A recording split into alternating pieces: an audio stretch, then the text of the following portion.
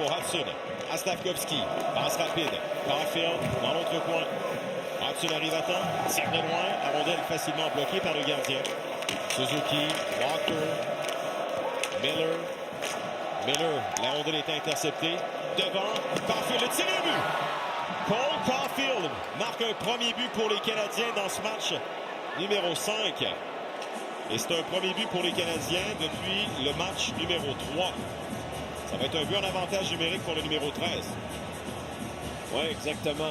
Pas une grande célébration, bien entendu, avec le pointage en ce moment. Mais c'est un bon travail, même si c'est un avantage numérique, de te battre pour gagner la bataille le long de la rampe. C'est ce que Demidov a fait. Il force le joueur des Hurricanes à se débarrasser de la rondelle. On repère Caulfield rapidement dans l'enclave.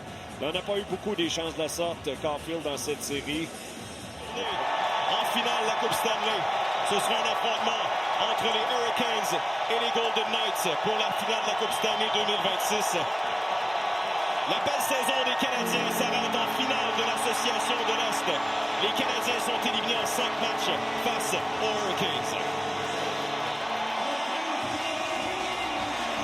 Bien, on peut partir à tête haute certainement pour les Canadiens. Il y a plusieurs moments qui ont été intéressants tout au long de la saison.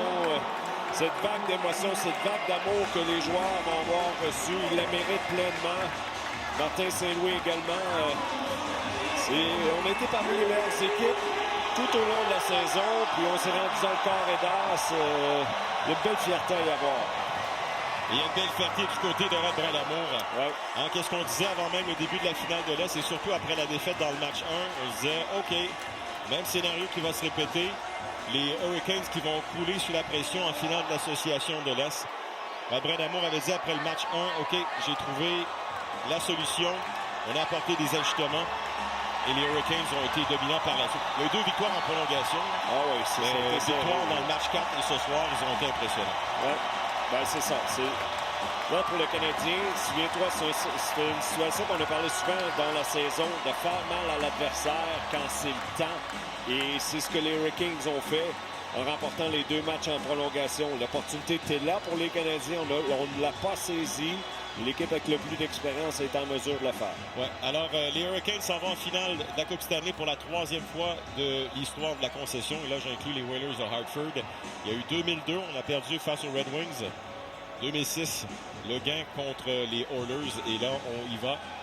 Ce sera un affrontement en finale entre les Golden Knights et les Hurricanes.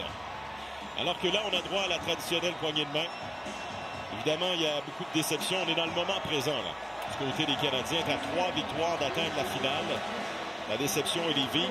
Mais avec le recul, on va peut-être comprendre qu'on a appris beaucoup de choses dans ce cheminement de la saison 2025-2026.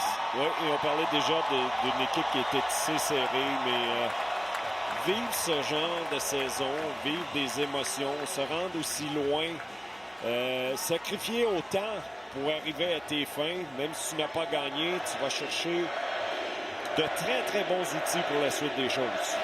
Et c'est très touchant ce qui se passe présentement. La foule qui scande Freddie pour Frédéric Anderson avec ce qu'il a vécu au cours des dernières heures, le décès de Claude Lemieux, son agent. Ouais. Et là, il répond avec une victoire et 23 arrêts. Oui, puis ça n'a pas été une saison facile pour Anderson. À un certain moment, on croyait que c'était terminé pour lui, peut-être pas juste pour les Hurricanes, mais pour la carrière. Puis là, arrive en série et bang! Il en gagne 12 en 13 décisions. Il a été un facteur. Et là, j'ai hâte, dans les prochains instants, ça va être la poignée de main entre Martin Saint-Louis et Rod Brind'Amour. Ouais. 2 des meilleurs entraîneurs dans la Ligue. 2 entraîneurs qui comprennent la réalité 2026, qui communiquent bien avec leurs joueurs. Ouais. Ils se sont affrontés sur la glace et là, ils se sont affrontés derrière le banc. Alors, là, voici la poignée de main. Très respectueuse entre Rod Brind'Amour et Martin Saint-Louis. Oui, et je suis convaincu que Martin louange la préparation de son équipe, la façon dont ils font les choses et qu'éventuellement, peut-être, on aimerait ça voir ça du côté des Canadiens avec le talent qu'on a.